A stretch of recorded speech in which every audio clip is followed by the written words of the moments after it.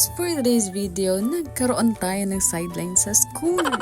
Papunta nga kami dito sa school at maaga ang mga person. Dito nakarating na tayo at pumasok ako sa aking first subject which is the capstone. After ko pumasok, dumiretso na tayo sa kantin dahil nagugutom pero nalaman ko walang bantay.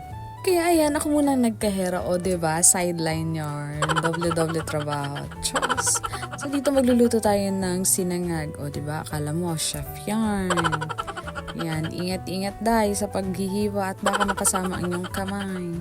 Dito pala ang lulutuin kong kanin ay yung tira kahapon, kaya magsasangag ang person.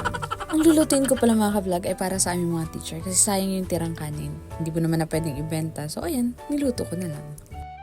So ayan, uwian na dito mga ka-vlog. Hanggang dito muna ang aking video. Bye-bye!